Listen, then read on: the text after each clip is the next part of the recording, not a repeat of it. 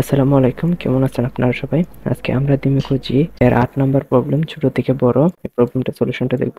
তো এই প্রবলেমটাতে আমাদের বলা আছে আমাদের কিছু টেস্ট কেস দেওয়া হবে এবং টেস্ট কেসের ভিতরে ৩টা ইন্টিজার পূর্ণসংখ্যা দেওয়া হবে n1 n2 n3 এবং আমাদের এই নাম্বারগুলোকে ছোট থেকে বড় সাজাইতে হবে, যেরকমটা এখানে দেওয়া আছে। এখানে 3 2 1 দেওয়া ছিল, এটারে আমরা ছোট থেকে বড় সাজাইছি 1 2 3 এবং আপনার প্রত্যেকটা টেস্ট কেসেই এভাবে আপনাদের আউটপুট দেখাতে হবে। কেস, তারপরে কত নম্বরের কেস, টেস্ট কেস, দেন ওই টেস্ট কেসের জন্য আপনার n1 n2 n3 এর যে মানটা দেওয়া আছে এটা আপনার ছোট থেকে বড় সাজাইতে হবে। তো এই প্রবলেমটা সলিউশনের জন্য আপনি দুইভাবে এই প্রবলেমটা সলিউশন করতে পারেন। একটা হইতেছে আপনি ইফ এলস স্ট্রাকচার ব্যবহার করে প্রত্যেকটার জন্য এক একটা কন্ডিশন চেক করবেন, যে n1 থেকে যদি n2 আপনার ছোট হয়, আবার n2 থেকে যদি n3 ছোট হয়, তাহলে সবচেয়ে ছোট যে নাম্বারটা আছে এটা হইতেছে আমার n3, আর এরপরে হইতেছে n2, তারপরে n3। এভাবে যদি আপনি স্ট্রাকচার করতে চান তাহলে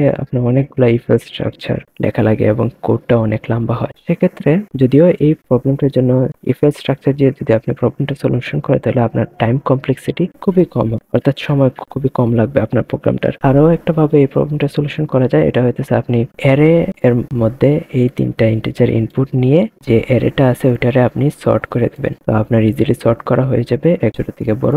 দেন ওই অ্যারে যেটা আছে, যেটাতে আপনি n1 n2 n3 এর মান ইনপুট নিছেন, ওটি জাস্ট প্রিন্ট করে দিবেন। এই প্রবলেমটা সলিউশন যদি আমরা দেখি, এখানে দেখেন আমরা টেস্ট কেস ইনপুট নিছি, ফর লুপ চালাইছি, দেন একটা অ্যারে ডিক্লেয়ার করছি 3টা মানে, যেহেতু 3টা মান আমাদের নির্দিষ্ট n1 n2 n3, এগুলা ইনপুট নিছি আমরা, নেওয়ার পরে এটা সর্ট করে দিছি। সর্ট করার পরে এই জিনিসটাই আমরা জাস্ট পরপর প্রিন্ট করে দিছি। প্রিন্ট করার পরে একটা নিউ লাইন প্রিন্ট করে দিছি। ব্যাস, এই প্রবলেমটার সলিউশনটা হয়ে গেছে।